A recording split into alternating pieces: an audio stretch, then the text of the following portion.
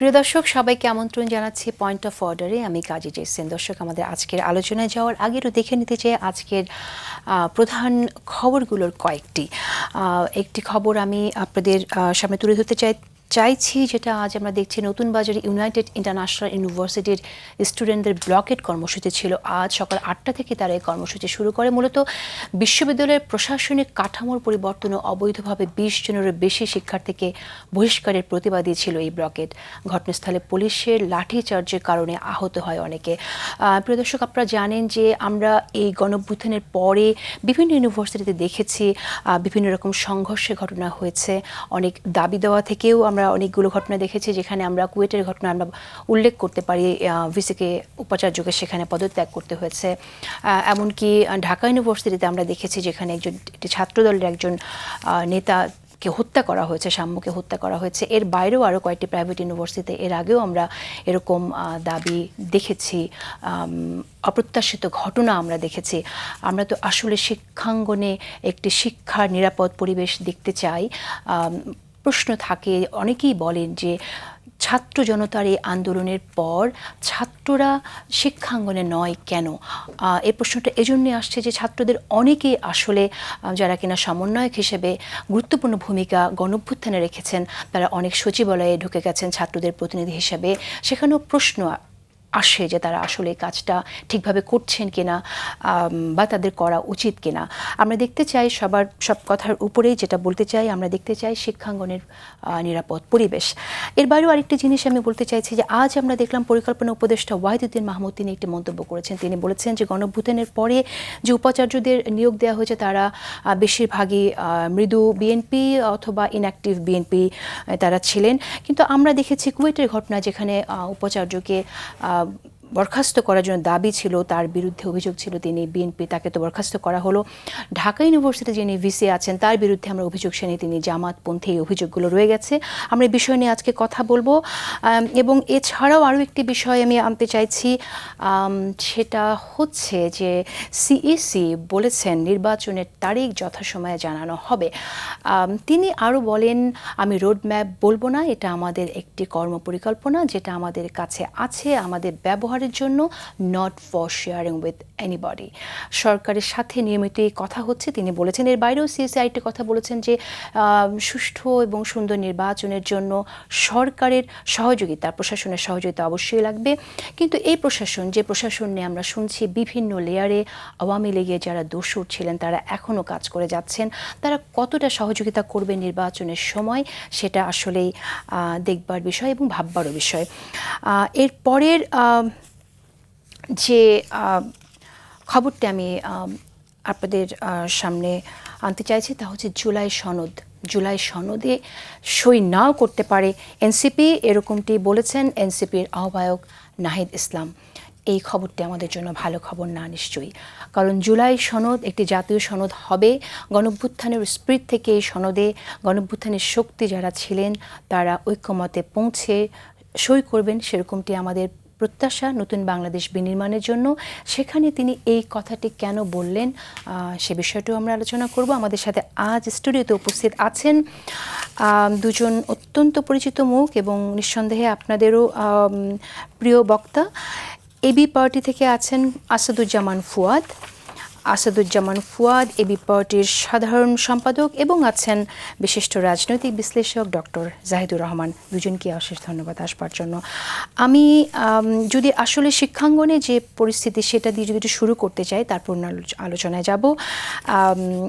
Barrister Asaduzzaman Fuad, আপনি কিভাবে দেখছেন আসলে বিষয়টা? আমি যেমনটি ভূমিকায় বলছিলাম যে আমরা শিক্ষাঙ্গনে নিরাপদ পরিবেশ চাই, প্রশ্নাতীত নিরাপদ পরিবেশ চাই, সেরকমটি ঠিক হচ্ছে না, হয়েও হচ্ছে না। ভূমিকার দিক থেকে কোথাও ঘাটতি আছে? আপনার মন্তব্য কি? ধন্যবাদ। প্রথম কথা হচ্ছে যে আসলে এটা শিক্ষাঙ্গন না, বাংলাদেশের ওভারঅল সমাজ এবং রাষ্ট্র কাঠামোতে ডিসপিউট রেজলিউশনের কোনো মেকানিজম নাই, এবং ছোটবেলা থেকে আমাদেরকে আসলে এটার জন্য কখনো প্রস্তুত করা হয়নি। আমরা যারা লম্বা সময় বাইরে ছিলাম, বাইরে লেখাপড়া করেছি, কাজও করেছি, আমরা দেখেছি স্কুলে কলেজে ভেরি আর্লি স্টেজ থেকে আপনার বাচ্চাদেরকে ডিসপিউট রেজলিউশন শেখানো হয়, এবং তারা হট্টগোলপূর্ণ টপিকে বাচ্চাদেরকে দুই পাশে লাগায় দেওয়া হয়। টিচার সুপারভাইজ করেন। এরপরে হচ্ছে একটা পর্যায়ে হচ্ছে এই হট্টগোলটা কোথায় থামাইতে হবে এটা টিচার ইন্টারভিন করেন।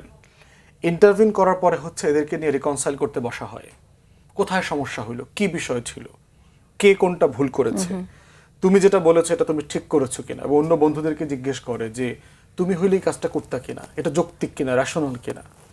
এবং এইভাবে দেখতাম যে আপনার স্কুলে কলেজে ছেলে মেয়েদের উপরে এই যে কনভারসেশনটা শুরু করা, ডায়ালগটা তৈরি করা, এবং একটা জিনিস ঘটলে কি করতে হবে। আমি দেখেছি স্কুলে কলেজে আপনার কাজ করবার সময় লন্ডনে যে বব বলছে যে টিচার কেস স্টাডি দিচ্ছে যে আজকে বাসায় গিয়ে দেখলা তোমার বাসার সামনে যে বিনটা ছিল এটা আজকে সকালে সে ক্লিন করে নাই, তো বিনটা তো ময়লাটা জমে গেছে, তুমি কি করবা।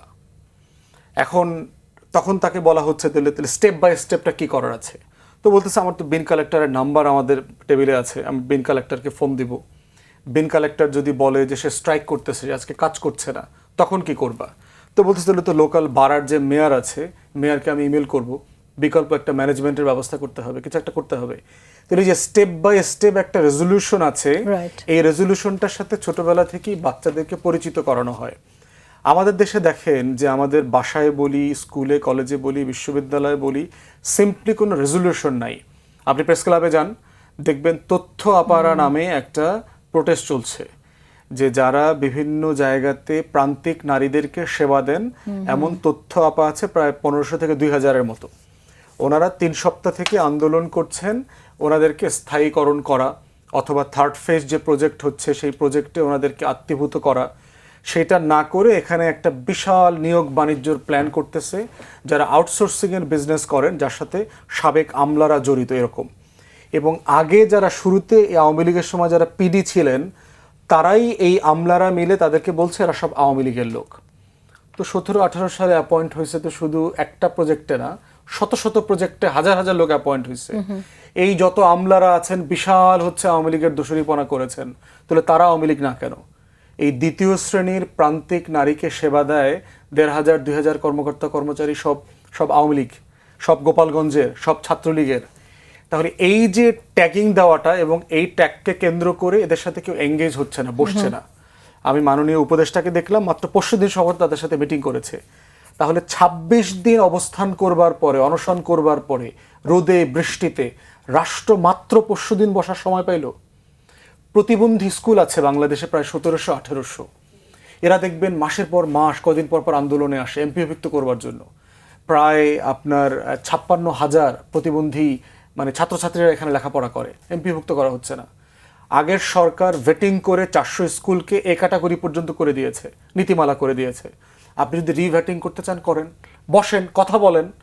মানে আপনি দেখবেন যে প্রত্যেকটা আন্দোলন কিন্তু শুরুর দিনেই কিন্তু ব্লকেটে যায় নাই। আপনি খবর নেন বাচ্চাদের, ওদের ভিতরে এই ক্ষোভটা জমেছে, ওরা কথা বলবার চেষ্টা করেছে, ফ্যাকাল্টিতে গিয়েছে, ভিসির সাথে কথা বলবার চেষ্টা করেছে, কেউ পাত্তা দেয় নাই। আর কি হবে, বহিষ্কার করে দিব। প্রাইভেট ইউনিভার্সিটিতে কিন্তু এই প্রবলেমটা আছে। আমি বহু ছেলে মেয়েদেরকে চিনি আপনার, যারা গত বছর আন্দোলন করেছে, তাদেরকে ক্যাম্পাস থেকে বহিষ্কার করে দেওয়া হয়েছে কোনো কারণ ছাড়া, সিম্পলি আন্দোলনে অংশগ্রহণ করেছে।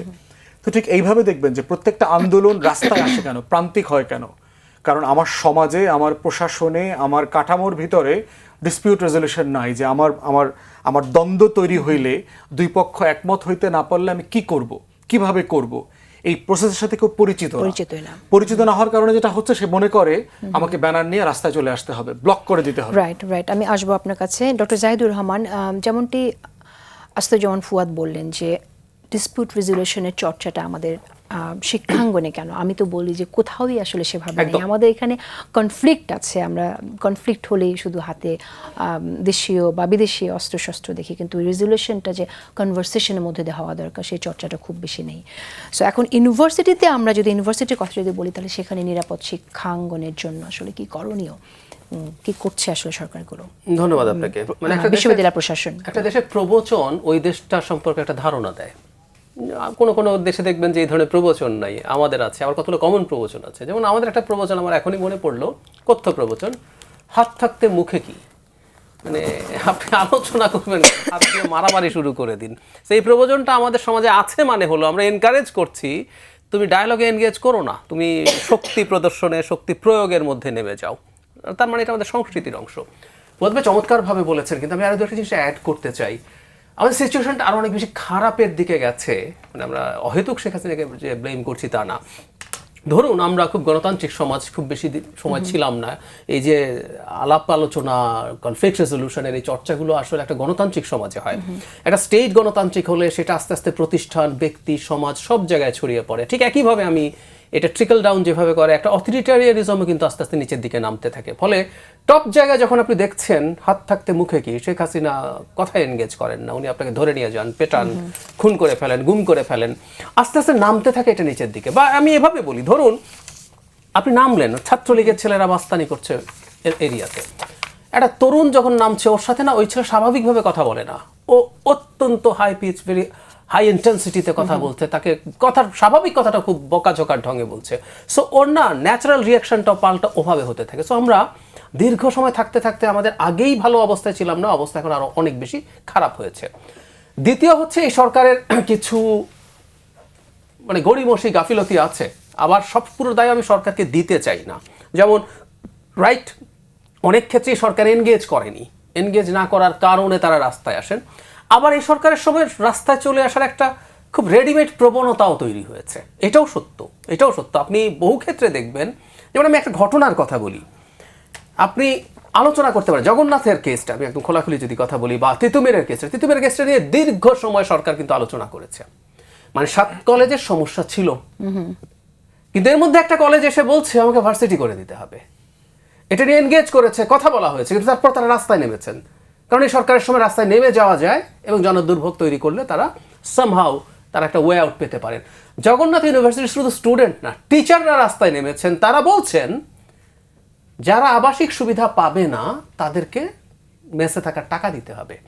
মানে আমাদের কিছু টিচার এটাকে যৌক্তিক দাবি বলে মনে করছেন, যেখানে আমাদের এতগুলো কলেজ আছে সরকারি, তাই না, ঢাকায় আছে, ঢাকার বাইরে আছে, এগুলো নিয়ে আগে আলোচনা হয়েছে, কিন্তু না ওনারা রাস্তায় নেমে আসলেন। সো দুটোই আছে, একটা হলো সরকার এনগেজ করেনি, আবার এই সরকারের এক ধরনের একটা অ্যাডমিনিস্ট্রেটিভ যে রোল থাকার কথা, সেই রোলটা ঠিকঠাক মতো হয় নাই। যেমন কি হয়, কনফ্লিক্ট রেজলিউশনের প্রশ্ন আছে, আবার আপনি শৃঙ্খলা কিভাবে রক্ষা করবেন। ধরেন আজকে রাস্তায় যেটা আরেক অভিযোগ তৈরি হলো, রাস্তায় মানে সরকারকে বল প্রয়োগ করতে হয়, সরকারের পুলিশ থাকে, সরকার একটা কোয়ার্সিভ ফোর্স, কিন্তু আজকে তো ডিসপ্রপোর্শনেট বল প্রয়োগ করা হয়েছে, এটাও তো আমরা আসলে চাই না।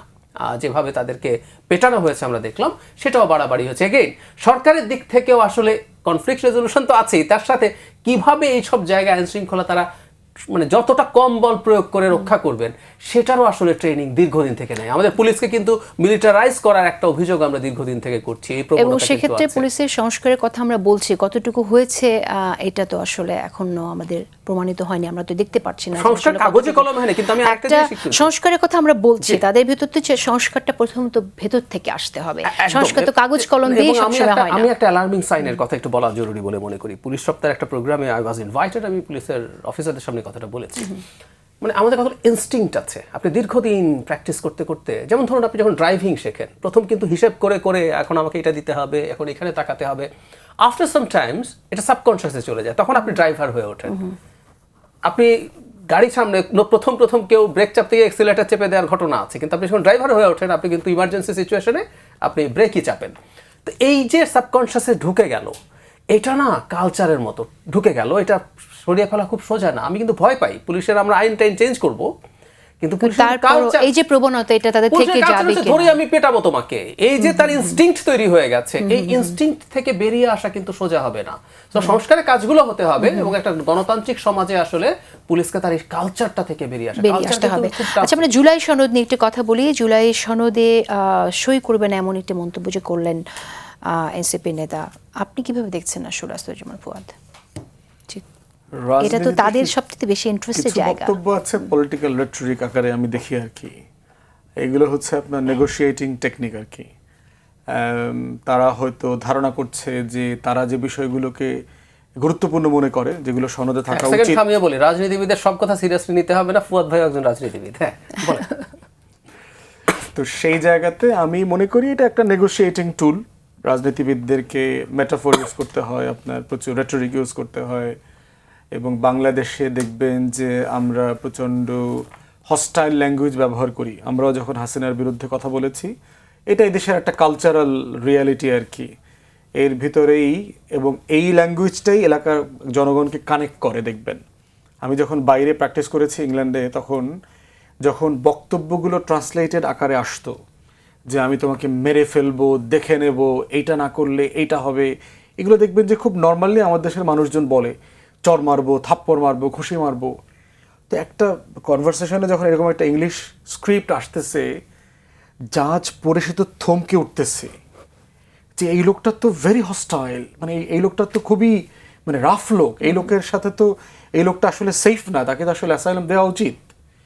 কিন্তু এখন প্রশ্ন হচ্ছে যে রিয়েলিস্টিকলি হচ্ছে বাংলাদেশে মানুষ এক্সট্রিম ল্যাঙ্গুয়েজে কথা বলে, কিন্তু এক্সট্রিম কাজ কিন্তু ঠিক ওই লেভেলে করে না।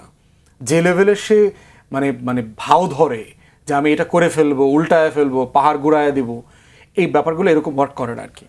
তো এই জন্য আমার কাছে মনে হয়েছে যে এটাকে পলিটিক্যাল টেকনিক আকারে দেখা দরকার আমাদের কাছে। আমার মনে হয় এই ক্ষেত্রে একমাত্র কথা রেখেছিলেন শেখ হাসিনা, তিনি যা বলছেন তাই করেছেন, প্রায় করেছেন। দেখে নেব। আমার মনে হয় যে এনসিপির বিষয়টা হচ্ছে আমাদের হলো যে ঐক্যমত কমিশনে যেহেতু আলোচনা চলছে, কালকে থেকে আবার থার্ড ফেজের কনভারসেশন শুরু হবে। কমিশনের পক্ষ থেকে সিরিয়াসলি এক্সপ্লোর করা দরকার কোথায় কোথায় গ্যাপস আছে, কোথায় কোথায় আরো বেশি মানে নিজেদেরকে ঐক্যমতে আনা, কাছাকাছি আনবার একটা চেষ্টা করা দরকার। সেখানে কমিশনের মিটিংগুলোতে ধরেন কালেকটিভ মিটিং হচ্ছে, সেখানে যদি বোধ করেন যে আরো ইন্ডিভিজুয়ালিও মিট করা দরকার। আপনার নেগোসিয়েশনে কিন্তু আমরা যখন নেগোসিয়েশন এজ এ সাবজেক্ট পড়েছি বারের সময় তখন কিন্তু আমাদেরকে এটা কোর্স আকারে পড়িয়েছে। গ্রুপ মিটিংয়ের মধ্যে থেকে কিন্তু ব্রেক নেওয়া যায় যে ঠিক আছে আমরা একটু আলাদা কথা বলে দেখি, মানে পার্টির যারা লিডার, একজন ওই পক্ষ থেকে একজন এই পক্ষ থেকে আলাদা করে কথা বলেন, দেখেন দুইজনকে নিয়ে কথা বলেন। এখন ওভারঅল যে সিচুয়েশন, আপনার কি মনে হয় যে কতটুকু আসলে মানে ঐক্যমতে পৌঁছানো? না, ঐক্যমতে দেখেন, আমরা ঐক্যমত এমন একটা জিনিস না যে এটা হলো পানির মতো বহমান একটা ব্যাপার। আপনি পথ চলতে চলতে চলতে চলতে মনে হবে ঐক্যমত হয়ে গেছে, আবার একটু মনে হয় যে সম্পর্কটা সেপারেশন লেভেলে চলে যাচ্ছে, আবার একদিন গোলাপ ফুল একটু ক্যান্টিনে গিয়ে খাওয়ার পরে দেখবেন আবার মিলে গেছে। তো এই জিনিসটা হচ্ছে এরকম আর কি, ঐক্য হবে আবার মতানৈক্য হবে, আবার বসবেন আবার মিলবে। এটার কোনো চরম জায়গা নাই যেটা আপনার মানে দাড়ি পড়ে গেছে, কনভারসেশনটা কখনো শেষ হয় না। এই জন্য আমাদের দেশে বিয়ে সম্পর্কে বলে আর কি যে বিয়ে হচ্ছে না, এই কনভারসেশনটা তো শেষ হতে হবে একটা জায়গায়। আপনি তো বলছেন এটা বৈবাহিক সম্পর্কের মধ্যে এরকম হতে পারে, ঐক্য আছে ছুটে গেছে এরকম হতে পারে, কিন্তু যখন আপনি স্পেসিফিক একটা ইস্যু নিয়ে কথা বলছেন, একবার দুইবার তিনবার আপনি তো লক করে ফেলছেন একটা জায়গায় গিয়ে, সেই জায়গাটা মোটামুটি বাট যেগুলোতে ধরেন কমিশন একমত হবে না, ওই বিষয়গুলোতে কিন্তু কথা বলা বন্ধ হবে না। আপনার সাথে কথা বলবে, আমরা আরো 10 জায়গায় কথা বলবো, সভা সেমিনার চলবে, পলিটিক্যাল গভর্নমেন্ট আসবে, পার্লামেন্টে যাবে মানুষজন, কনভারসেশন চলবে। আপনি যেহেতু বহুদিন থেকে এটা চালাচ্ছেন, 111-এর সময় কি আপনি সংস্কার নিয়ে আলোচনা করেন নাই? করেছেন তো। আনফরচুনেটলি সেটা তো কিছুই হয় না হোক, কিন্তু এটাই হচ্ছে কনভারসেশন। জাতি এভাবেই ম্যাচিওর হয়। জাতি এরকম জাহিদ ভাইয়ের মতো মানুষদের কথা যুগের পর যুগ, দশকের পর দশক শুনতে শুনতে শুনতে শুনতে মত তৈরি করবে, নিজে একটা মতামতের ধারণা আসবে। এটা তো ব্রডার সেন্স আপনি বললেন, যেখানে শুধু জুলাই সনদই শেষ না, আরও অনেক সংস্কার প্রস্তাব, আরও অনেক আকাঙ্ক্ষা থেকে অনেক চাওয়া আসবে এবং সেই জায়গায় অনেকগুলো একটা জায়গায় এসে মিলিত হবে, একটা ঐক্যের জায়গায় পৌঁছানো যাবে। কিন্তু স্পেসিফিক যদি এবারে জুলাই সনদের কথা আমি আনতে চাই, ডক্টর জাহিদুর রহমান, আপনার কাছে শুনি যে আপনি কতটুকু আসলে আশাবাদ যে সবার সম্মতিতে একটা জুলাই চার্টার আমরা জুলাই পাবো বিষয়ে? এখন সমস্যাটা একটা জায়গায় এসে দাঁড়িয়েছে, আমরা মানে কোনটাকে কতটুকু গুরুত্ব দেব। যেমন ধরুন, মোটা দাগে কিন্তু যেগুলো আইন সংস্কারের মাধ্যমে বা সংশোধনের মাধ্যমে করা যায়, ওই সংস্কারগুলোতে বিএনপি সহ সবাই প্রায় সব ক্ষেত্রে পুরোপুরি একমত হয়ে গেছে। কনস্টিটিউশনের একটা খুবই সিগনিফিক্যান্ট জিনিসে মোটা দাগে একমত হয়েছে, আমি এই একটার জন্য খুবই সন্তুষ্ট। আমরা দীর্ঘদিন থেকে আর্টিকেল 70-র কথা বলছিলাম, এটা যেভাবে হচ্ছে সংশোধন, এটাও যদি হয় উইল বি ফাইন। এটা আমার কাছে বিরাট অগ্রগতি মনে হয়। আচ্ছা, তার আগে একটা কথা একটু বলে রাখা ভালো, যে আমি খুবই অসাধারণ একটা ফাইন্ডিং এইবারকার এই আলোচনায় পাচ্ছি, সেটা হলো আমাদের রাজনৈতিক দলগুলো সৎভাবে পার্টিসিপেট করছে। আচ্ছা ধরুন, এরকম হতে পারে না বিএনপি, আচ্ছা এই যে ও যে এটা চায় না ওটা চায় না, সবাই তো বোঝে না। এডুকেটেড মিডল ক্লাসের অনেকে তো বিরক্ত হয়, বিএনপি আপার হাউস কেন এইভাবে চায়, বিএনপি এনসিসির ব্যাপারে কেন এরকম করছে, দুবার প্রধানমন্ত্রী মেনে নিলে কি হয়। কিন্তু খেয়াল করুন, বিএনপি তার অবস্থান থেকে সরে আসে নাই, এতে কিন্তু তার বদনাম হচ্ছে। BNP is taking risk. আচ্ছা, হতে পারতো না এরকম যে আমি মেনে টেনে নিয়েছি সব কিছু, ঠিক আছে ক্ষমতায় তো আসতেছি, তারপর দেখা যাবে 3 জোটের রূপরেখা হয়েছিল, এটা তো কিছু হয় নাই। কিন্তু দেখেন বিএনপি কিন্তু তা করে নাই। তো আমার কাছে এটা একটা খুবই পজিটিভ দিক আসলো যে পলিটিশিয়ানরা সব মেনে নেব, এরপর ক্ষমতায় যাওয়ার পর আমি আর কিছু মনে রাখবো না, এটার থেকে বেরিয়ে এসছে। 70-রও তারা টেথার নেল ফাইট করেছে, ওই যে রাষ্ট্রীয় নিরাপত্তা একটা ইস্যুকে রাখা, শেষ পর্যন্ত তারা এটাকে যুদ্ধ সম্ভবত রেখে বাকিগুলো থেকে সরে আসছে, তারা ফাইট করেছে। এবং হ্যাঁ, তো এটা যদি তারা রেখে থাকে, খেয়াল করুন তারা এটা করবে আসলে। ফলে আমরা এখন থেকে একটা কথা ক্লিয়ারলি বলতে পারবো, আমাদের যতটুকু মতৈক্য এবার হবে এটুকু আসলে বাস্তবায়িত হবে ফর শিওর। আচ্ছা, এখন বাকি জায়গাগুলোতে আমরা খালি একটা দল স্বৈরাচারী হয়ে উঠতে চাইছে এভাবে নাও দেখতে পারি। যেমন ধরুন এনসিসি, আমি 3 বছর আগে প্রথম আলোতে একটা কলাম লিখেছিলাম এনসিসি নিয়ে। আমি শ্রীলঙ্কাতে এনসিসি আছে, সেই এনসিসিকে সামনে এনে আমি ব্যক্তিগতভাবে মনে করি এটা থাকলে ভালো। কিন্তু কোনো একটা দল মনে করতে পারে তো যে আমাদের প্রধানমন্ত্রীর এক্সিকিউটিভ পাওয়ার কতটা, আমরা এনসিসি দিয়ে তার এক্সিকিউটিভ পাওয়ার কমছে। আপার হাউস যদি প্রপোর্শনাল রিপ্রেজেন্টেশন হয়, আমি ঘটনাচক্রে প্রপোর্শনাল রিপ্রেজেন্টেশনের পক্ষে আমিও, কিন্তু তারা যদি মনে করে যে ওটা যদি আমার এখানে লেজিসলেচারে আমার পাওয়ার কমছে, সব কিছু যদি একত্র করি, তারা মনে করছেন তারা দেশটা যেভাবে চালাতে চান পেরে উঠবেন না হয়তো। আমি যদি এখন এই প্রসঙ্গে যোগ করি, বাংলাদেশের ব্যুরোক্রেসি শেখ হাসিনার সময় যে জায়গায় চলে গেছে, সেই জায়গায় নিয়ে যাওয়া হয়েছে, যদি সরকারের মধ্যে দেখে ব্যুরোক্রেসি যে তার অন্তর্গত এক ধরনের অতটার পাওয়ার নেই, চেকস অ্যান্ড ব্যালেন্স অনেক বেশি হয়ে গেছে, হতে তো পারে যে ব্যুরোক্রেসি আরও বেশি এম্পাওয়ার্ড হয়ে উঠতো। পোস্ট শেখ হাসিনার সময় এক্সিকিউটিভের হাতে, আমি তাত্ত্বিকভাবে বলছি, বেশি পাওয়ার তো প্রয়োজন হতেও পারে। আমাদের এই সরকারের তো লোকজন আমাদের পরিচিত মানুষজন, আপনি কথা বলুন উপদেষ্টাদের সাথে, সবচেয়ে মনে হয় যে আসলে আপনি তাদের সাথে জিজ্ঞেস করেন, তারা বলবেন যে আমরা অনেক কাজ করতে পারি না যে ব্যুরোক্রেসির প্রবলেম। সাংবিধানিক প্রতিষ্ঠানগুলো যতটা স্বাধীন হবে এটার উপরে আমার মনে হয় নির্ভর করছে অনেক কিছু। যদি স্বাধীনভাবে একটা স্বাধীন বিচার বিভাগ আমরা পাই, তাহলে বোধহয় আমরা 90% এগিয়ে যাই। এটা অসাধারণ ব্যাপার, স্বাধীন বিচার বিভাগ আমাদের বিরাট কাজ, এবং বিএনপির বিন্দু কোনো দ্বিমত নাই এই যে আলাদা সেক্রেটারিয়েট থেকে কমপ্লিট সেপারেশনের জন্য তাদের সেটাও মতামত আছে। পিছিয়ে জায়গায় একটা এর আগে একটা ছোট বিরতিতে যাচ্ছি। প্রিয় দর্শক সাথে থাকুন, খুব ছোট্ট একটা বিরতির পর ফিরছি। প্রিয় দর্শক, আপনারা দেখছেন পয়েন্ট অফ অর্ডার। ধন্যবাদ সবাইকে আমাদের সাথে থাকার জন্য। আমরা আবার আলোচনায় ফেরার আগে একটি খবর দেখে আসতে চাই। আপনারা জানেন ইরান যুদ্ধ প্রসঙ্গে, ইরান এবং ইসরায়েলের মধ্যে যে যুদ্ধ চলছে সেটা নিয়ে অনেকে অনেক কথা বলছেন। ট্রাম্প সম্প্রতি বলেছেন, খুব আমার ধারণা এটা গতকালই তিনি কথাটি বলেছেন, যে এর আগে তাদের যে জাতীয় গোয়েন্দা পরিচালক তুলসি গ্যাবার্ড যে মন্তব্যটি করেছিলেন যে ইরানে পরমাণু অস্ত্র তৈরি করা হচ্ছে, তিনি বলেছেন এটা সত্য না। তাকে এই বিষয়ে প্রশ্ন করা হলে তিনি বলেছেন, I don't care what she has said. আসলে তিনি এই কথার মধ্য দিয়ে কি বলতে চাইছেন আমরা বুঝবো। এর বাইরে আরেকটি মন্তব্য আমরা শুনলাম, বিল ক্লিন্টন বলেছেন নেতানিয়াহু আজীবন ক্ষমতায় থাকতে ইরান যুদ্ধকে ব্যবহার করছেন। আমরা জানি যে বিভিন্ন সময়ে ইতিহাসে আমরা দেখেছি বিভিন্ন দেশের রাষ্ট্রপ্রধানরা তাদের অভ্যন্তরীণ সংকটকে মোকাবেলা করার জন্য নিজেরা যখন অনেক অজনপ্রিয় হয়ে যান, দুর্নীতিতে ডুবে যান, তখন এই ধরনের জাতীয়তাবাদের একটা খেলা, জাতীয়তাবাদকে পুঁজি করে তারা টিকে থাকতে চান। এবং এটা আমরা মার্গারেট থ্যাচারকে দেখেছি 1982 সালে। এর বাইরে ইরাককে দেখেছি আমরা, যখন ইরাক আক্রমণ করলো, কুয়েত যখন আক্রমণ করলো, এছাড়াও রাশিয়া দেখেছি ক্রাইমিয়াতে একবার তারা দখল করলো, এরপর ইউক্রেনে গেল, পুতিন তার নিজের অভ্যন্তরীণ অজনপ্রিয়তাকে মোকাবেলা করেছেন এইভাবে যুদ্ধ বেঁধে দিয়ে। সেরকমই কিনা বিষয়টা আমরা সেটাও আজকে কথা বলবো। আসাদুজ্জামান ফুয়াদ, এই ইরাক আলোচনায় যাওয়ার আগে আমি আপনাকে একটি প্রশ্ন করতে চাইছি। সেটা হচ্ছে যে আপনি জানেন যে আজকে একটি খবর এসেছে, সেটা জামাত প্রার্থী নির্বাচনের আগে ট্রেনিং দিচ্ছে। আমি একটু জানতে চাই যে নির্বাচনের আগে প্রার্থীদেরকে ট্রেনিং দিচ্ছে, নির্বাচনের আগে প্রার্থীদের কী ধরনের ট্রেনিং দিতে হয় আপনার কোনো ধারণা আছে কিনা, বা আপনারা একই কাজ করছেন কিনা, যে কীভাবে ভোট চাইবে, কী বলে ভোট চাইবে, এরকম কিছু কি? ওইটা তো আসলে জামাতকে জিজ্ঞেস করতে হবে। আপনার কি মনে হয়, আপনারাও করছেন কিনা? না, আমরা যেটা করি, আমরা রেগুলার পলিটিক্যাল ওয়ার্কশপ করি আর কি। এবং আমরা এখন যেটা করেছি, আমাদের একটা ছোট্ট কমিটি আছে নির্বাচন কেন্দ্রিক, তারা শর্টলিস্ট করছে, এলাকায় কথাবার্তা বলে টলে, সার্ভে করে, পোল করে কয়টা জায়গাতে আমরা আসলে প্রার্থী দিতে পারবো। এবং আমরা দলের ভিতরে একটা ওপেন ইনভাইটেশন করে দিয়েছি, কে নির্বাচন করতে চান, ওইটা আমাদের যে ছোট উপকমিটি আছে নির্বাচন বোর্ড, ওইটাতে তারা আবেদন করতে পারবে আর কি।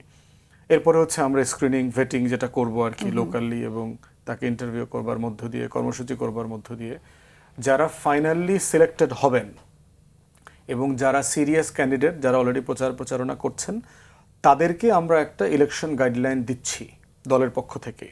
এটা আমাদের রাজনীতির সাথে সঙ্গতিপূর্ণ হতে হবে, যে আসলে যে পলিটিক্সটা আমরা করতে চাচ্ছি সেই পলিটিক্সটাকে যেন ওনারা ক্যাম্পেইনে তুলে ধরেন। এবং সেটা কিভাবে তুলে ধরবেন, তথ্য প্রযুক্তি, তরুণদের ভোটার আছে, তারপর হচ্ছে ডাইভার্স সেকশনকে অ্যাড্রেস কিভাবে করবেন, লোকাল সমস্যা তুলে ধরা, সেগুলো নিয়ে আমরা কাজ করছি এবং সেগুলোকে আমরা যথেষ্ট পলিটিক্যাল ওয়ার্কশপে আলোচনাতে আনছি। প্রার্থিতা ফাইনাল হলে পরে হয়তো আমরা ফার্দার আরও কিছু ইলেকশন কমিশনের আপনার নতুন কিছু নীতিমালা এবং কোড অফ কন্ডাক্ট করছে, সেগুলো যেন মেনে চলা হয়, সেগুলোর ব্যাপারে সার্টেনলি আমরা ওয়ার্কশপ করব।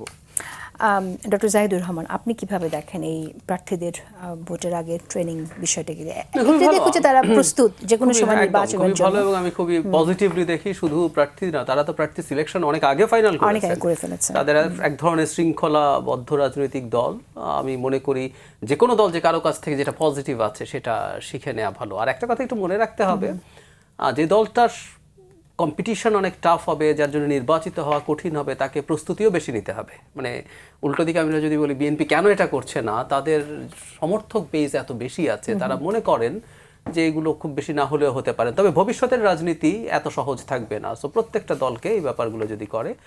আচ্ছা, আমি একটু ফেসবুকে অনেকগুলো আলোচিত বিষয়ের মধ্যে থেকে দুটি বিষয় আমরা আজকে পিক করেছি, একটু কথা বলতে চাই। আমরা দেখেছি এখানে মির্জা ফখরুল ইসলাম আলমগীর, তিনি বলেছেন গণতান্ত্রিক পরিবেশ তৈরির সুযোগ করে দেওয়ার জন্য ছাত্র জনতার প্রতি কৃতজ্ঞ থেকেছেন, তিনি কৃতজ্ঞতা প্রকাশ করেছেন।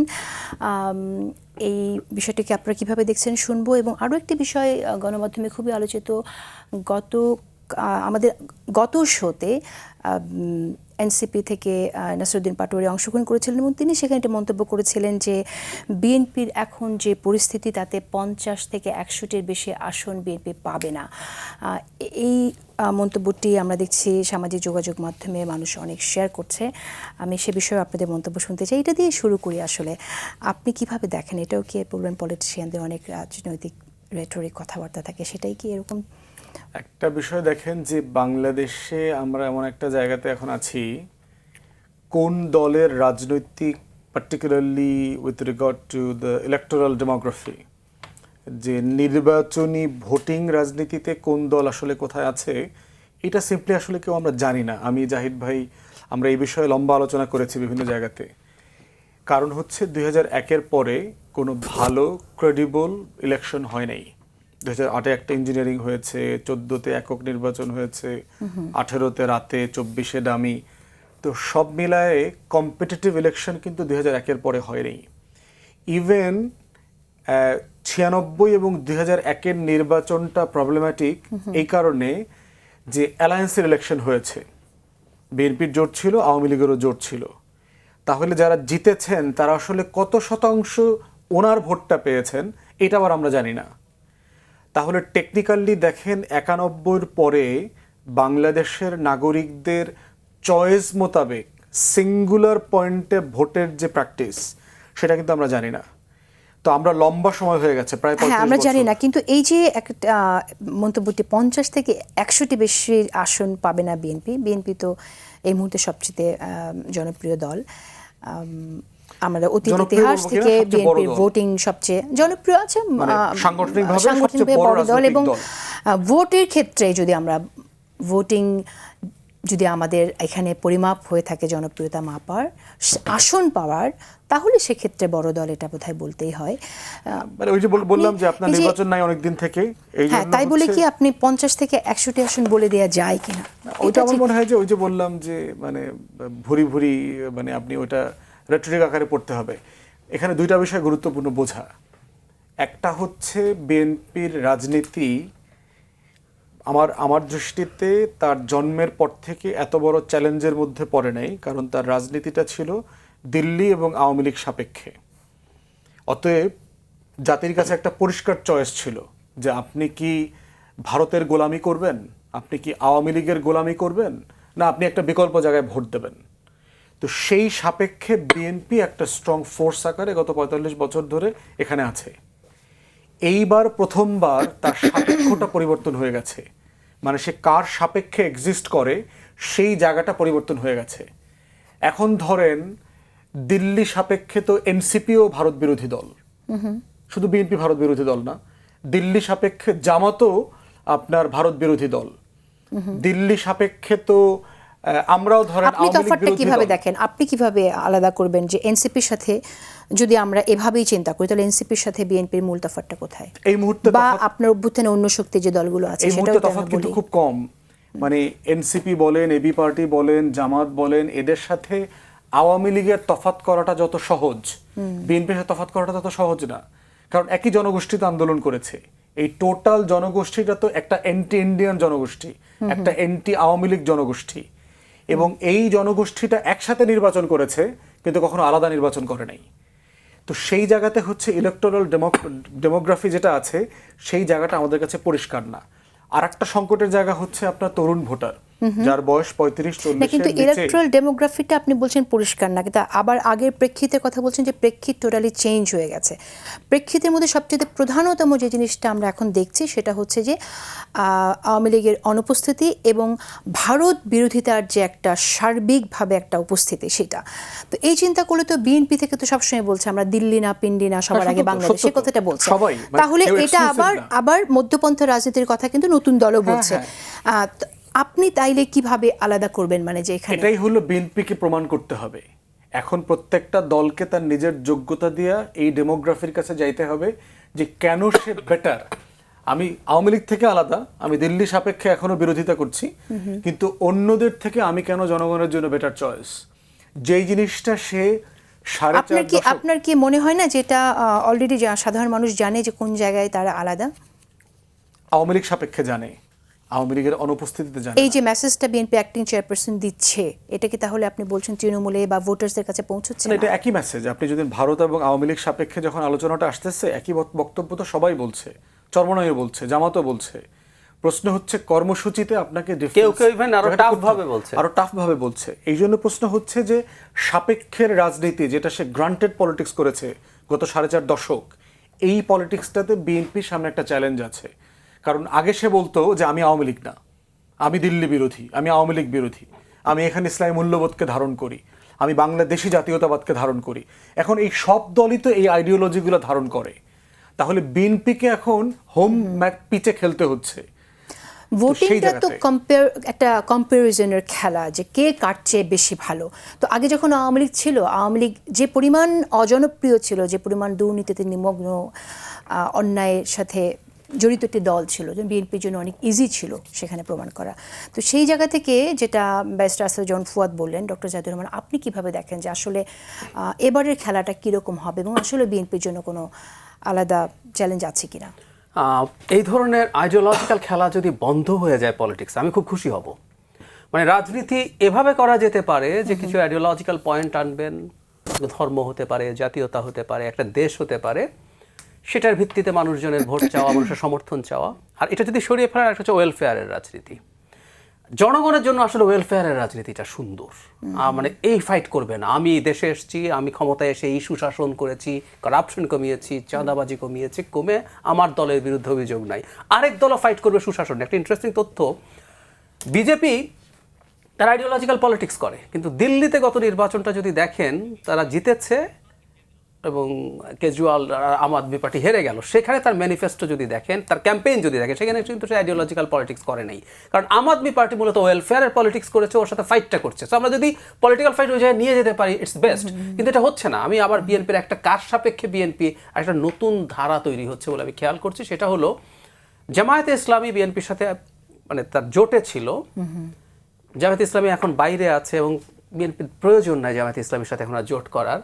তারা একটা ইসলামী দলগুলোর মধ্যে এক ধরনের আন্ডারস্ট্যান্ডিং করার চেষ্টা করছে। সো বিএনপি একটা ভোট ব্যাংক আলাদা করতে চাইছেন। ওরা ইসলামী আন্দোলন চরমোনাইয়ের সাথে কথা বলেছেন, তারা ইভেন অন্যান্য দলের সাথে বা অন্যান্য ইসলামী শক্তির সাথে, রাজনৈতিক দল না, যেমন আরও কিছু দল আছে যারা হেফাজত ইসলামের, ওটা যদিও দল রাজনৈতিক দল না, ওখানে আছেন, তাদের কারোর সাথে কথা বলছেন। ঐক্যমত হবে কিনা ভিন্ন ব্যাপার, কিন্তু আমি দেখছি যে আস্তে আস্তে ওই দিকে একটা নতুন বাস্তবতা তৈরি হচ্ছে। ওটা যদি তৈরি হয়ে যায়, বিএনপি সেন্টার রাইটে থাকছে না, সে সেন্ট্রিস্ট পলিটিক্সে পুরো বিএনপি সেন্টার লেফটেও চলে যেতে পারে। তার বিপরীতে সে এই ইসলামিক আইডিওলজি, এতদিন বিএনপি ইসলামিক মূল্যবোধ চেয়েছে, কিন্তু ইসলামিক আইডেন্টিটি পলিটিক্স যেটা বিএনপি কখনো সেটা করে নাই। কিন্তু এই জায়গায় খুব গুরুত্বপূর্ণ একটা কথা আপনি বললেন যে সব রাইটিস্ট ফোর্স যদি এক হয়ে যায় তাহলে বিএনপি সেন্ট্রিস্ট থাকবে এবং সেন্ট্রিস্ট লেফট হয়ে যাবে, হইতেও পারে। কোনটা আসলে বিএনপির জন্য ভালো হবে? বিএনপি একদম সেন্ট্রিস্ট থাকলে ভালো হবে নাকি সেন্ট্রিস্ট লেফট থাকলে ভালো হবে? আচ্ছা, এখন তার আগে একটা কথা বলি, একটা দলের কিন্তু বিবর্তন হয়। যেমন ধরুন বিজেপি যখন বাজপেয়ীর নেতৃত্বে ছিল, বাজপেয়ী যখন প্রাইম মিনিস্টার ছিল, এটা জাস্ট আরেকটা সরকার, ভারতের অন্য সরকারগুলো যেরকম ঠিক সেরকম। উনি অত্যন্ত সেকুলার মানুষ, উনি যদি বিজেপি লিড করতেন। আস্তে আস্তে এটা এরপর আদবানির হাতে যখন গেলেন এক্সট্রিম হলো, মোদির হাতে আসলেন মোর, এখন আওয়াজ উঠছে উনি যথেষ্ট না, আদিত্যনাথের মতো লোক লাগবে। সো একটা দলের কিন্তু ট্রান্সফরমেশন হয়। সো বিএনপি সেন্টার রাইট ছিল, সে এখন বেস্ট সেন্ট্রিস্ট দল বলে আমি মনে করি। আস্তে আস্তে সে সেন্টার লেফটে যেতে পারে, সাপেক্ষে যদি প্রচুর রাইটিস্ট মানুষের একটা দল তৈরি হয়, ওইদিকে একটা সমর্থন যায়। আওয়ামী লীগ এই মুহূর্তে নেই, ভ্যাকিউম আছে। আওয়ামী লীগের বেশ কিছু লোকজন সেন্টার রাইট থেকে সেন্ট্রিস্ট হলেই তাকে সমর্থন করবে, সেন্টার লেফট হলে তো কথাই নাই। সো আমার কাছে এটা হতাশা যে আবার আইডিওলজিক্যাল পয়েন্টে যদি আমাদের রাজনীতি ভাগ হয়, এটা ভালো হয় না। কারণ তখন হয় কি, আপনি যাই করেন অনেক মানুষ ভোট দেবে, আচ্ছা ওইদিকে তো ইসলামিস্টরা আছে, আমি বিএনপি যদি করাপশন করে ওকে আবার ভোট দাও। আবার কিছু লোক বলবে ও যেহেতু ইসলামিস্ট আছে চোখ বন্ধ করে আমি ওকে ভোট দেবো। এইগুলো দিনের শেষে ভালো হয় না। কিন্তু আমি আবারও একটা আইডিওলজিক্যাল ডিভাইডেশন দেখছি, এবং 5 আগস্টের পরে এই আলাপটা আমরা অনেক বেশি করেছি। এটা করতে গিয়ে আমি অনেকবার আমার আশঙ্কা হয়েছে যে আমরা যদি এর মধ্যে ঢুকে পড়ি আমাদের ওয়েলফেয়ারের আলোচনা কমে যাবে। আচ্ছা, নাহিদ ইসলাম একটি ইন্টারভিউ দিয়েছেন সম্প্রতি, এবং সেই ইন্টারভিউ তিনি একটি কথা বলেছেন যে জুলাই গণঅভ্যুত্থানের পর সেনাবাহিনী, রাজনৈতিক দল, ছাত্র এবং ডক্টর ইউনূসের মধ্যে একটি অঘোষিত চুক্তি হয়েছিল, কিন্তু সেটা কেউ রক্ষা করেনি। শুধু ছাত্র ও জাতীয় নাগরিক পার্টি এখনও সেসব চুক্তির পক্ষে কথা বলছে। আরেকটি কথা আমি এখানে আনতে চাই, তিনি যেটা উল্লেখ করেছেন যে সেনাপ্রধান সংস্কারের পক্ষে বোল্ড পজিশন নেননি, ডিজিএফআই আগের ভূমিকায় ফিরে এসেছে, মিডিয়া নিয়ন্ত্রণ, রাজনৈতিক দল ভাঙন তৈরি করা, নতুন দল গঠন তৈরি ইত্যাদি, তাই এই চুক্তি রক্ষা হয়নি। আপনি কিভাবে দেখছেন আসিফুজ্জামান ফুয়াদ? প্রথম কথা হচ্ছে আগের পয়েন্ট একটু অ্যাড করে নেই, সেটা হচ্ছে যে টোটাল রাজনৈতিক দলগুলোর ভিতর একটা চ্যালেঞ্জ হচ্ছে যে কেন বলছি যে আমরা আসলে জানি না ভোটাররা কি ভাবছে। কারণ প্রায় 4-5 কোটি ভোটার কখনো ভোট দেন নাই গত 18, 19, 20 বছরে, যেটাই বলেন আর কি, এবং যাদের বয়স 35 থেকে 40। ভোট দিলে হয় কি একটা ইনডাইরেক্ট অ্যালাইনমেন্টও তৈরি হয়। বাবা অমুক মার্কায় ভোট দিয়ে আসছে, মা অমুক মার্কায় ভোট দিয়ে আসছে, খাওয়ার টেবিলে এটা নিয়ে জম্পেশ আলোচনা হচ্ছে, কার ভোটটা কাজে লাগলো, কার ভোটটা নষ্ট হয়েছে, এটা নিয়ে আবার বাবা মাকে একজন একজন ট্রোল করতেছে ছেলেমেয়েরা। তো হয়তো কি একটা কনভারসেশনের মধ্য দিয়ে একটা অ্যালাইনমেন্ট তৈরি হয়, একটা দুর্বলতা তৈরি হয়। বাবাকে জবাবদিহিতা করতে হয়, তুমি কেন এখানে ভোট দিলা, মাকে বলতে হচ্ছে তুমি কেন ভোটটা নষ্ট করলা, দুজন যুক্তি তুলে ধরছে, এবং এর মধ্য দিয়ে হয় কি ছেলেমেয়েরাও কিন্তু ওই দুইটা মার্কার মধ্যে নিজেদেরকে ফ্রেম করে। কিন্তু যেহেতু গত 17-18 বছর ঘরে কেউ ভোট দেয় নাই, ভোটের আলোচনাটা কিন্তু টেবিলে ছিল না, ছেলেমেয়েরা কমপ্লিটলি নিউট্রাল হয়ে গেছে। এবং এই নিউট্রালিটির মধ্য দিয়ে গত 17 সাল থেকে কতগুলো আন্দোলন বাংলাদেশে হয়ে গেছে। কোটা বিরোধী আন্দোলন 2 দফা হইল, এরপরে হচ্ছে ভ্যাট বিরোধী আন্দোলন হইল, নিরাপদ সড়ক চাই আন্দোলন হইল, এবং সর্বশেষ গণ অভ্যুত্থান হইল গত বছর আপনার। তো সেই জায়গাতে তরুণদের এই মনস্তত্ত্বটা কিন্তু সিম্পলি আমরা জানি না এই 5 কোটি তরুণ কি ভাবছে। ইনোভেশনের একটা সার্ভে দেখলাম, আমার মনে হয় যে জাহিদ ভাই এটা নিয়ে কথা বলছেন, 62% লোক বলছে যে আমরা এখনো ডিসাইড করি নাই কাকে ভোট দেব। পৃথিবীতে সুইং থাকে 10%, অনেক ফ্লোটিং ভোটার্স আছে আপনি বলতে চাইছেন। আচ্ছা, এখন আমরা পরের প্রসঙ্গে চলে যাই, এখন প্রশ্ন হচ্ছে যেটা আপনি বললেন যে নাহিদ ইসলামের কে কোট করে কি বলেছে সে, সেনা প্রধান সংস্কারের পক্ষে বোল্ড পজিশন নেননি তিনি বলছেন, এবং ডিজিএফআই আগের ভূমিকায় ফিরে এসেছে। হ্যাঁ, এটা নিয়ে কথা বলা যথেষ্ট যৌক্তিকতা আছে। আমি নিজেও অনেকগুলো ঘটনা সম্পর্কে পার্সোনালি জানি। আমাদের সশস্ত্র বাহিনীর সিনিয়র লেভেলে যারা আছেন এদের ভিতরে কিছু ক্রিমিনাল অফিসার আছে এখনো সশস্ত্র বাহিনীর অ্যাট দ্য টপ, প্রত্যেকটা বাহিনীর ভিতরে। এরা দিল্লির গোলামি করছে, আওয়ামী লীগের 5টা গোলাম ছিল, এবং এরা এখনো সেই দোসরিপনা থেকে বের হইতে পারে নাই। কিন্তু এইটা মেজরিটি না। আপনি যদি এই 30-50 জনকে বাদ দেন, ওভারওয়েলমিং আমাদের সশস্ত্র বাহিনীর যারা জওয়ান সিপাহী আছেন, যারা জুনিয়র অফিসার আছেন, তারা শতভাগ এই গণ অভ্যুত্থানকে ধারণ করেন। তারা ব্যবসা করতে চায় না, তারা জেনুইন প্রফেশনাল সোলজার হিসেবে তো আপনি দায়িত্ব পালন বলছেন যে করতে এখনো চায়। সেটা আছে আসলে যে অধিকাংশ, ব্যবসার একদম উপরের কিছু টপ ক্রিমিনাল অংশ ছাড়া, গোয়েন্দা সংস্থার কিছু অংশ ছাড়া, পার্টিকুলার ডিজিএফআই এর যে পলিটিক্যাল উইং আছে, এরা থ্রেটেনিং ল্যাঙ্গুয়েজ পাঠায় আমাদের কাছে মাঝে মধ্যে। অমুককে পাশ করতে দেওয়া যাবে না, অমুকে নির্বাচন করলেও সে জিততে পারবে না, কারণ তারা অমুকের বিরুদ্ধে কথা বলে, তারা আমাদের কথা শোনে না। গণঅভ্যুত্থানে আমরা দেখেছি, গণঅভ্যুত্থানে সেনাপ্রধানের ভূমিকাটা তো অনস্বীকার্য, উনি যেভাবে পদক্ষেপ নিয়েছেন ঝুঁকির মধ্য দিয়ে। কিন্তু এই গণঅভ্যুত্থানের শক্তির মধ্যে তিনিও একজন। তাদের মধ্যে যখন কনফ্লিক্টিং কমেন্টস আমরা দেখি, বিশেষ করে যখন এইভাবে বলা হয় যে তিনি পক্ষ নেননি, বোল্ড পজিশন নেননি, তখন এটাকে আসলে আপনি কিভাবে দেখেন? এটা তো না, আমার মনে হয় যে সার্টেনলি যিনি বলেছেন তার কাছে অনেক এভিডেন্স আছে। আমার ছোট্ট এভিডেন্সের জায়গা থেকে দেখেছি, অন্তর্বর্তীকালীন সরকারের পাশে গত 10 মাসে যেভাবে দাঁড়ানোর কথা ছিল, সেই জায়গাগুলোতে আমরা চিন্তার অ্যালাইনমেন্ট দেখি নাই। আইন শৃঙ্খলা রক্ষার জন্য তো আছে, রাস্তায় আছে, কিন্তু সাফিসিয়েন্টলি অ্যাক্টিভ রোল প্লে করছে না। এবং অফিসাররা আমাকে বলেছে যে সিনিয়র লেভেলে কমান্ডিং অফিসাররা তাদেরকে ইনঅ্যাক্টিভ করে রেখেছে, নিষ্ক্রিয় করে রেখেছে। কিন্তু যেখানে যেখানে অফিসাররা কাজ করতে পারছে, যৌথ বাহিনী ফেনোমেনালি কাজ করেছে, ব্রিলিয়ান্ট অ্যাচিভমেন্ট আছে তাদের। কিন্তু এটা কোনো দায় জুনিয়র অফিসার এবং সিপাহীদের না, জওয়ানদের না। এখনো পর্যন্ত যাতে এত মানুষ ডেভিল হান্টে যে গ্রেফতার করা হলো, বা রাস্তায় বিভিন্ন জায়গায় যে সন্ত্রাস দমনে যারা কাজ করছে, সেটাকে আপনি মনে করছেন তাদের যে সক্ষমতার তুলনায় যথেষ্ট না? যথেষ্ট না মনে করছেন? ডক্টর জাহিদুর রহমান, আপনি কিভাবে দেখছেন? আমি ওই শুরুতে একটা কালচারের কথা বলেছিলাম। ধরুন ডিজিএফআই এর কথা যে আসলো, জনাব নাহিদ ইসলাম বলেছেন আমি আসলে এগুলো জানি না, তিনি তার কাছে থাকা কিছু তথ্যের ভিত্তিতে বলেছেন হয়তো, এবং ফুয়াদ ভাই নিজেও এসবের সাক্ষী আছেন বলছেন। ওই যে একটা কালচারের কথা বললাম, বছরের পর বছর এই প্রতিষ্ঠানকে, এটা শুধু আওয়ামী লীগ না, এখন এটা অনেক বেড়েছে, আগেও এই প্রতিষ্ঠানগুলোকে এই ধরনের ভাবে চালানোর চেষ্টা ছিল। সো এটা সম্ভাবনা নেই তা না, সেটা আছে। আর আমি একটা জায়গায় একটু দ্বিমত করব, সেটা হলো সেনাপ্রধান জনাব নাহিদ ইসলাম বা সরকারের সাথেও সবসময় অ্যালাইন করতে হবে। মানে আবারও বলছি, প্রথম কথা হচ্ছে অ্যালাইনমেন্টের প্রশ্ন যদি করি, তার মানে আমরা কিন্তু এখানে একটা ডিবেট শুরু থেকে আছে। সেনাবাহিনী তো সরকারের খুবই ইন্টিগ্রাল একটা পার্ট, মানে উনি তো আলাদা কিছু নন, সেনাবাহিনী আলাদা কিছু না। উনি যখন রয়টার্সকে প্রথম ইন্টারভিউতে বললেন আমরা 18 মাসের মধ্যে নির্বাচনের জন্য ডক্টর ইউনূস সরকারকে সাহায্য করছি, তখন কিন্তু এই প্রশ্নটা, এই বাক্যটাই মনে হয় যে একটা ডিফারেন্ট কিছু, একটা এক্সিস্টেন্স, একটা এন্টিটি হিসেবে এখন আছে। এটা ভালো না খারাপ, সঠিক না বেঠিক, ডিফারেন্ট আলোচনা আছে, কিন্তু এটা রিয়ালিটি। এখন যদি তা থেকে থাকে, তাহলে সরকারের সাথে সব ক্ষেত্রে অ্যালাইন, সরকারের পার্ট হিসাবে অ্যালাইন করার জন্য যদি আমরা বলে দিই পারে, কিন্তু যদি আমরা মেনে নেই যে তার একটা ডিফারেন্ট একটা এন্টিটি আছে, এই রাষ্ট্রটা সামনে কিভাবে ডেমোক্রেটিক ট্রানজিশন হবে, সেই ক্ষেত্রে যদি তার কিছুটা ভিন্ন মত থাকতে পারে, তাহলে সব ক্ষেত্রে তো সরকারের সাথে অ্যালাইন না করারও সম্ভাবনা আছে। এটাও হলো আরেকটা জায়গা। এখন যেটা হয়েছে, জনাব নাহিদ সংস্কারের ক্ষেত্রে যেই রকম সংস্কার, যতটুকু সংস্কার, যেরকম সংস্কার চান, সেটা উনি সরাসরি সেনাপ্রধানকে বলছেন যে তিনি সেরকম ভাবে সাহায্য করেননি। আমি জানি না উনি কিভাবে জেনেছেন, যদি না করে থাকে তার মতো করেই সেনাপ্রধানকে সংস্কার চাইতে হবে। ইরান ইসরায়েল বিষয় নিয়ে একটু মন্তব্য জানতে চাই। আপনি জানেন যে নেতানিয়াহু আজীবন ক্ষমতায় থাকতে ইরান যুদ্ধকে ব্যবহার করছেন, বিল ক্লিন্টন এরকম কথা বললেন। আরেকটি বিষয়, সেটা হচ্ছে যে ইরান ইস্যুতে কিন্তু আমাদের প্রধান উপদেষ্টা এখনো কোনো কথা বলেননি। আমরা তো চাই যে তিনি মন্তব্য করুন, এবং শুধু তাই না, তিনি ভূমিকাও রাখতে পারেন, স্পেশালি যখন তার বন্ধু বিল ক্লিন্টন এরকম একটি কথা বলেই ফেললেন। আমরা তো এখন শুনতে চাইবো তিনি কি বলেন। আপনি কি ভাবছেন? ক্লিন্টন যেটা বলেছেন, এই আলাপটা হচ্ছে, আমি একটা ছোট তথ্য দিই। এই যে জুন মাস, এই জুন মাসেরও ফার্স্ট উইকে 5 তারিখ, আমি যদি ভুল না করি, নেতানিয়াহুর মামলার কিন্তু হিয়ারিং ছিল। ওনার বিরুদ্ধে দুর্নীতির মামলা আছে, চলছে, ওনাকে প্রাইম মিনিস্টার থাকতে হবে। উনি যদি প্রাইম মিনিস্টার না থাকেন, তাহলে প্রাইমারি কনভিকশন লোয়ার কোর্টে, ডিস্ট্রিক্ট কোর্টের কনভিকশনের পরে উনি জেলে যাবেন। প্রাইম মিনিস্টারের একটা সুবিধা আছে হওয়ার, সেটা হচ্ছে, কিন্তু মামলা চলছে, উনি এই ক্ষমতাসীন থাকা অবস্থায় মামলা চলছে।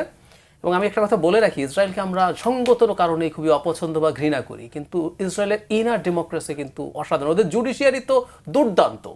মানে এই জুডিশিয়ারির বিরুদ্ধে লড়াই করতে গিয়ে নেতানিয়াহু জুডিশিয়ারিকে নিজের কবজায় আনতে গিয়েছিলেন, তখন কিন্তু প্রটেস্ট করতে মানুষ রাস্তায় নেমেছিল। তো যাই হোক, জুডিশিয়ারির সাথে তার প্রবলেম আছে। উনি প্রাইম মিনিস্টার যদি থাকেন, তাহলে সুপ্রিম কোর্টে ফাইনালি কনভিক্টেড হওয়ার পর তাকে পদত্যাগ করে জেলে যেতে হতে পারে। তো উনি বাঁচার জন্য একটার পর একটা যুদ্ধের মধ্যে উনি থাকবেন, থাকতে হবে, সেটা ফর শিওর। ক্লিন্টন রাইটলি এটা বলেছে। আর আমাদের প্রধান উপদেষ্টার কথা যদি বলেন, আমরা তার আরো ভোট ভয়েস চাই।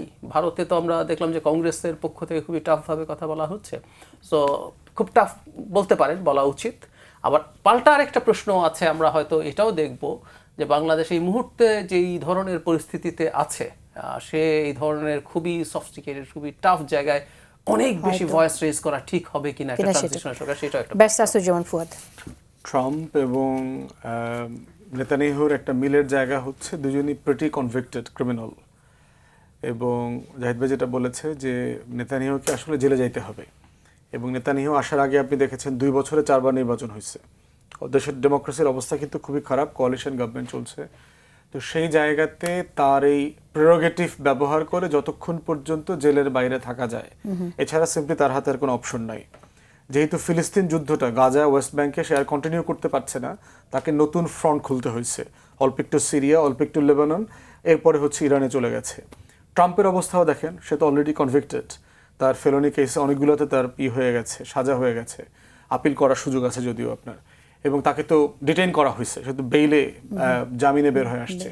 তো সেই জায়গাতে তারও সিম্পলি কোনো অপশন নাই প্রেসিডেন্ট হওয়া ছাড়া, এবং সেটাও বলছে যে সে থার্ড টার্মও নির্বাচন করবে, কারণ কোর্ট বলছে এগুলো সাসপেন্ডেড অবস্থায় আছে, 4 বছর পরে মামলাগুলোকে আবার জীবিত করা হবে। তার মানে তাকে 4 বছর পরে বেঁচে থাকলে আবার জেলে যাওয়া লাগবে। তো দুজনের ভিতরে অসাধারণ মিল আছে যে যুদ্ধ করে প্রেরোগেটিভটাকে ব্যবহার বিএনপি করবে কিভাবে। মহাসচিবের এই মন্তব্যটা সম্পর্কে আমি জানতে চাই আপনারা কিভাবে দেখছেন। তিনি বলছেন গণতান্ত্রিক পরিবেশ তৈরির সুযোগ করে দেওয়ার জন্য ছাত্র জনতার প্রতি তিনি কৃতজ্ঞতা প্রকাশ করেছেন। আমি তো মনে করি এটা সুন্দর একটা বিষয় যে ছাত্র জনতার প্রতি তিনি কৃতজ্ঞতা প্রকাশ করেছেন, এবং সাইমালটেনিয়াসলি জিনিসটা আসলে from the other side also কৃতজ্ঞতা থাকা উচিত। What do you think? আমার মনে হয় যে এই কথাটা অনেক পুরাতন কথা। ফখরুল ভাই আমার মনে হয় আগস্টেই, শুধু ফখরুল ভাই না, সালাউদ্দিন ভাই থেকে শুরু করে রিজি ভাই, অনেককে দেখেছি সিমিলার টোনে কথা বলেছেন, তাদের কৃতজ্ঞতা। রিজি ভাইকে তো কাঁদতে দেখলাম যখন জেল থেকে বের হয়ে আসছেন, কেঁদে কেঁদে চিৎকার করে বলছিলেন যে আমরা এত কৃতজ্ঞ, এরকম একটা অস্বাভাবিক ঘটনা ঘটেছে। মানে এটা আবার কেন আসলো সেটা একটু বলতে পারি। সাম্প্রতিক সময় দেখবো যে বিএনপির সাথে মানে তো আমরা ফেসবুকে দেখি, সামাজিক যোগাযোগ মাধ্যমে যা কিছু আলোচনা হচ্ছে সেটার মধ্যে থেকে ডিবেট বা ডিভাইডেশন দেখা যাচ্ছে, সেটার মাঝখানে এসে তার মতো একজন অত্যন্ত সফিস্টিকেটেড ভদ্র রাজনীতিবিদ তিনি চেয়েছেন এই জিনিসটা, সেজন্যই হয়তো মানুষ এটাকে আবার সামনে নিয়ে এবং এসেছে। যেমন আপনি যখন আপনার দিক থেকে এরকম একটা মন্তব্য করবেন, সেদিক থেকেও পাল্টা আসবে। সবাইকে প্রিয় দর্শক, আজকের মতো বিদায় নিচ্ছি। দেখা হবে আবার আগামীকাল ঠিক রাত 11টা 30 মিনিটে। ভালো থাকুন সবাই।